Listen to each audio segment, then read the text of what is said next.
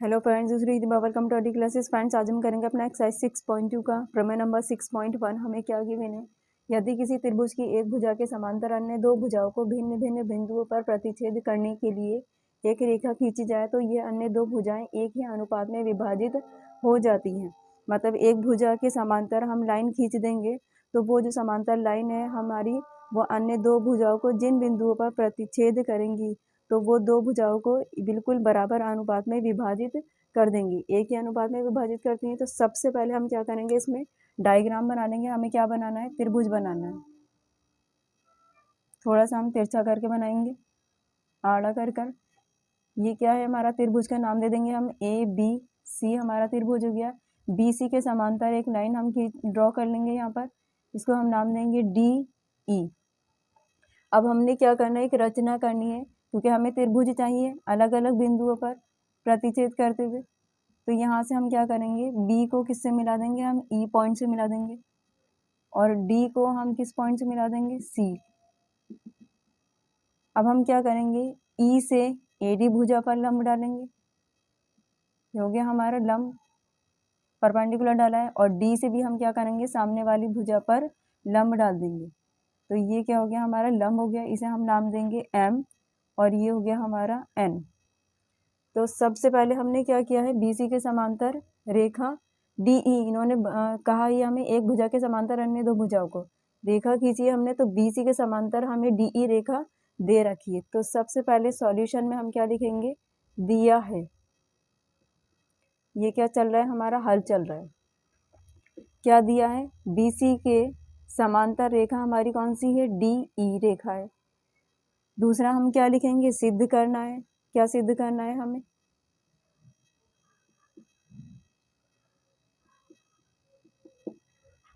कि एक रेखा जो खींची जाए तो ये अन्य दो भुजाओं को एक ही अनुपात में विभाजित करती है। जो रेखा ये हमने खींची है DE, वो बाकी दो भुजाओं को एक ही अनुपात में विभाजित करती है। मतलब AD का अनुपात किसके साथ में लेंगे, DB के साथ में। तो हम लिखेंगे AD upon two B DB equal हो जाएगा AE upon two B EC। इसके बाद हमने क्या किया है, कंस्ट्रक्शन किया है, रचना की है। तो हम रचना लिख देंगे अपनी। क्या रचना की है हमने, बिंदु B को E से मिलाया है और C को D से मिलाया है।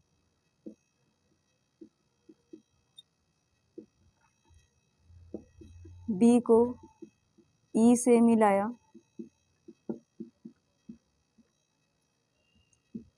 तथा C को D से मिलाया।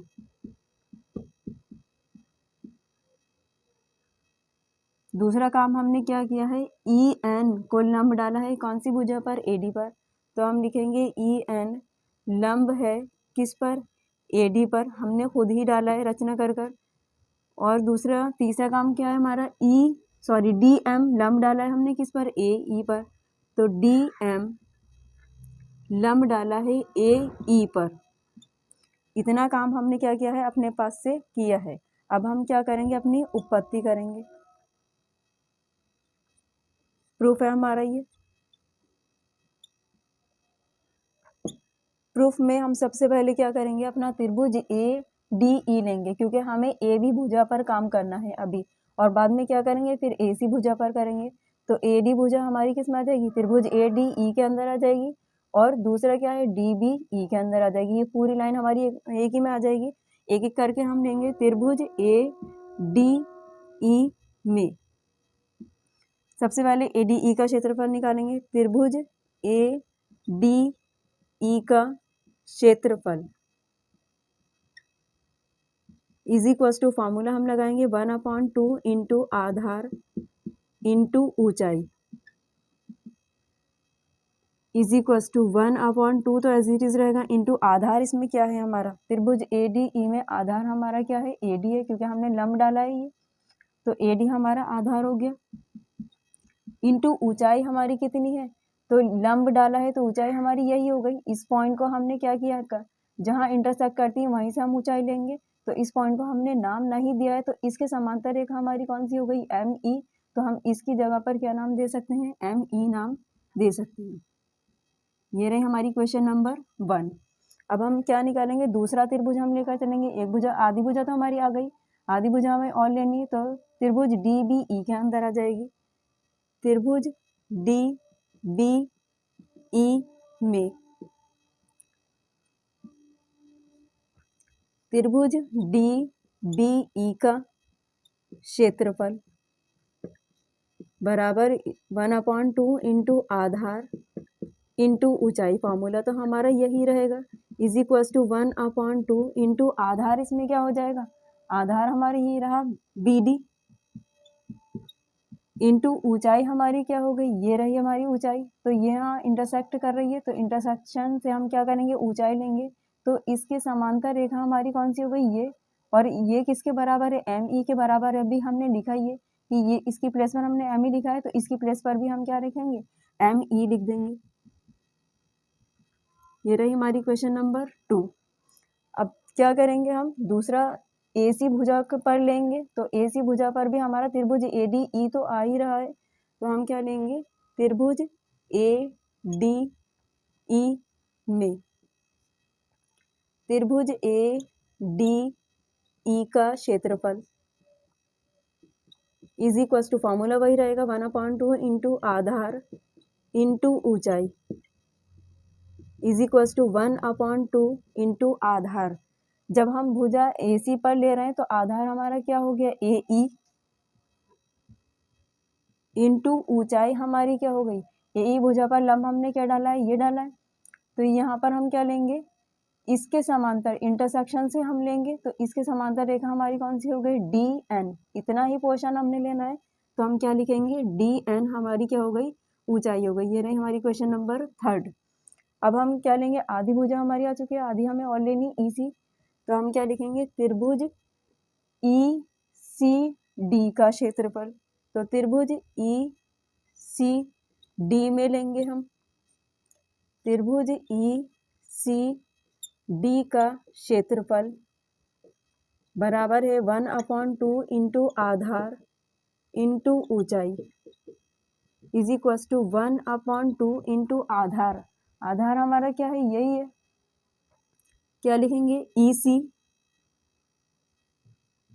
इंटू ऊंचाई हमारी क्या हो गई, ये जो लंब डाला है, तो इतना पोर्शन हमने लेना है। लंब हमारा यही तो है, ये वाला पोर्शन किसके समांतर है, डी एन के, सॉरी डी और ये, और इसकी प्लेस पर हमने अभी क्या लिखा है, डी एन लिखा है। तो हम यहाँ पर भी क्या लिख देंगे, डी एन। ये रही हमारी क्वेश्चन नंबर 4। 4 इक्वेशन हमें मिल चुकी है। अब हम क्या करेंगे, क्वेश्चन नंबर 1 को 2 से डिवाइड कर देंगे और इक्वेशन नंबर 3 को 4 से डिवाइड कर देंगे। तो इक्वेशन नंबर 1 को डिवाइड करेंगे हम 2 से, तो हमें क्या मिलेगा, लेफ्ट साइड में ही लिखेंगे। तो यहाँ पर क्या लिखेंगे, त्रिभुज ए डी ई का क्षेत्रफल, त्रिभुज ए डी ई का क्षेत्रफल को डिवाइड करेंगे त्रिभुज डी बी ई के क्षेत्रफल, त्रिभुज डी बी ई का क्षेत्रफल इज इक्वल टू, यहाँ पर क्या लिखेंगे, ये लिखना है 1/2 into A D into M E, upon में लिखेंगे क्या दे रखा है, डी बी ई का क्षेत्रफल 1/2 into B D into M E.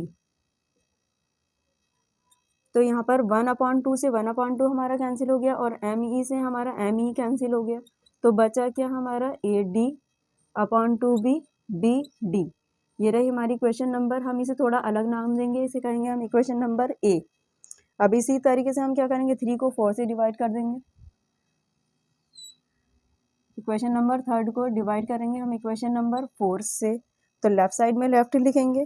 तो 3 क्या है हमारे लेफ्ट, ए डी, त्रिभुज ए डी का क्षेत्रफल, त्रिभुज ए डी ई का क्षेत्रफल को डिवाइड कर देंगे हम। लेफ्ट क्या है, 4th में ई सी डी का क्षेत्रफल, त्रिभुज ई सी डी का क्षेत्रफल is equal to 1/2 into left क्या है, A E into D N upon 2 B. यहाँ पर भी क्या करेंगे, राइट साइड रख देंगे 1/2 इंटू EC इंटू DN। 1/2 से हमारा 1/2 कैंसिल हो गया और DN से हमारा DN कैंसिल हो गया, तो बचा क्या AE, नीचे हम लिख रहे हैं, यहाँ पर नहीं आएगा, is equals to AE/B EC। ये रही हमारी क्वेश्चन नंबर बी। तो इक्वेशन नंबर हम ए और बी अपनी लेकर आ गए हैं। अब इसके बाद हम क्या करेंगे, हमने क्या लिया था, त्रिभुज ADE और त्रिभुज ECD में, त्रिभुज ADE और त्रिभुज ECD में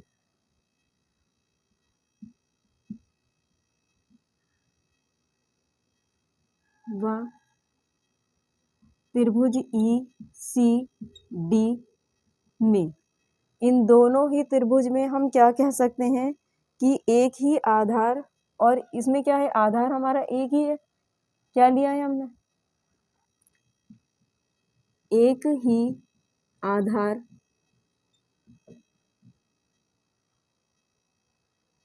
तथा एक ही ऊंचाई के,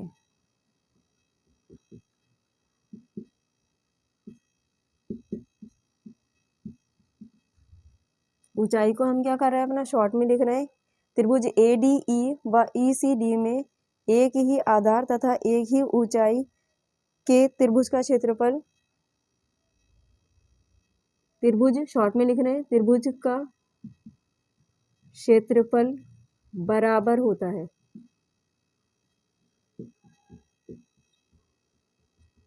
तो यहाँ पर हम क्या लिख देंगे, त्रिभुज ADE का क्षेत्रफल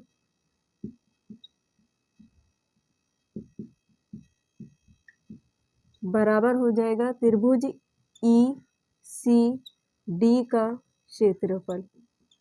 ये दोनों क्षेत्रफल कैसे हो गए, हमारे बराबर हो गए। तो जब हमने ये लाइन लिख दी है, तो अब हम क्या करेंगे कि समीकरण A का मान किस में रख देंगे, समीकरण B में रखने पर A का मान किस में रखेंगे, B में।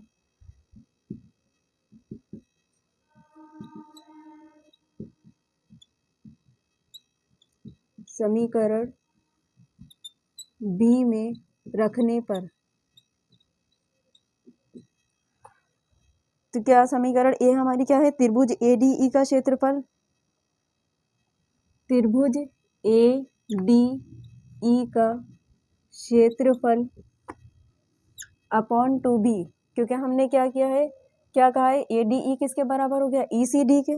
तो यहाँ पर अपॉन 2B क्या लिखेंगे, ये दोनों तो बराबर हो गए हमारे, तो त्रिभुज ECD का क्षेत्रफल इज इक्वल्स टू, हम क्या लिख सकते हैं, AD अपॉन 2B BD, ये भी क्या होंगे, बराबर हो जाएंगे, AD अपॉन 2B BD। तो ये हमारी क्या है, मेन इक्वेशन आ चुकी है, इसे हम नंबर देंगे। इक्वेशन 4 हम दे चुके हैं, ये रही हमारी इक्वेशन नंबर 5। अब हम क्या करेंगे, अपना इक्वेशन नंबर 5 जो हम लेकर आए हैं, तो B का मान उठाकर किस में रख देंगे, इक्वेशन नंबर 5 में रख देंगे, क्योंकि ये क्या है, ये किसके बराबर है, AE अपॉन EC के बराबर है। तो हम यहाँ लिखेंगे समीकरण B का मान 5 में रखने पर, इक्वेशन 5 B का मान क्या है, मतलब त्रिभुज ADE का क्षेत्रफल अपॉन 2B त्रिभुज ECD का क्षेत्रफल, ये किसके बराबर है, AE अपॉन EC के। तो हम क्या रखेंगे, AE upon 2B EC is equals to, ये एज इट इज रहेगा, AD upon 2B BD।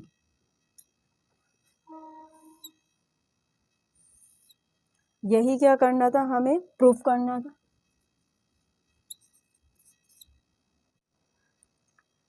Friends, video आपको पसंद आया तो प्लीज़ लाइक शेयर सब्सक्राइब कर दीजिएगा, और अगर आपको कोई भी डाउट या प्रॉब्लम हो तो आप हमें कमेंट बॉक्स में कमेंट कर सकते हैं। मिलते हैं नेक्स्ट वीडियो में नेक्स्ट पेपर के साथ में। Thank you so much for watching.